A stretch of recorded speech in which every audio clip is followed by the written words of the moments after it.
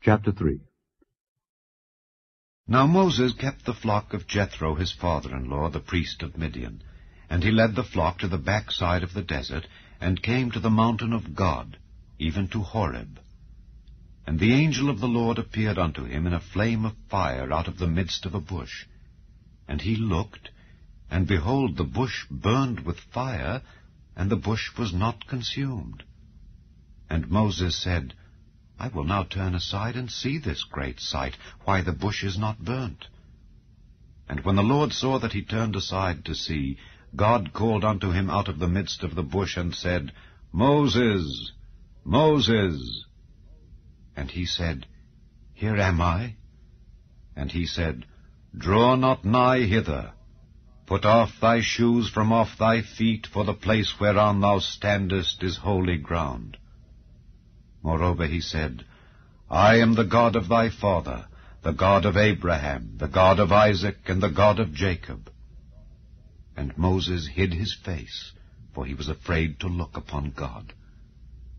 And the Lord said, I have surely seen the affliction of my people which are in Egypt, and have heard their cry by reason of their taskmasters, for I know their sorrows. And I am come down to deliver them out of the hand of the Egyptians, and to bring them up out of that land unto a good land and a large, unto a land flowing with milk and honey, unto the place of the Canaanites and the Hittites and the Amorites and the Perizzites and the Hivites and the Jebusites. Now therefore, behold, the cry of the children of Israel is come unto me, and I have also seen the oppression wherewith the Egyptians oppress them.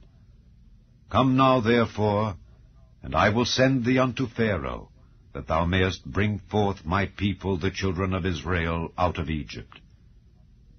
And Moses said unto God, Who am I, that I should go unto Pharaoh, and that I should bring forth the children of Israel out of Egypt? And he said, Certainly I will be with thee, and this shall be a token unto thee that I have sent thee.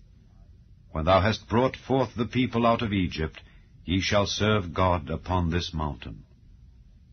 And Moses said unto God, Behold, when I come unto the children of Israel, and shall say unto them, The God of your fathers hath sent me unto you, and they shall say to me, What is his name? What shall I say unto them? And God said unto Moses, I am that I am. And he said, Thus shalt thou say unto the children of Israel, I am hath sent me unto you.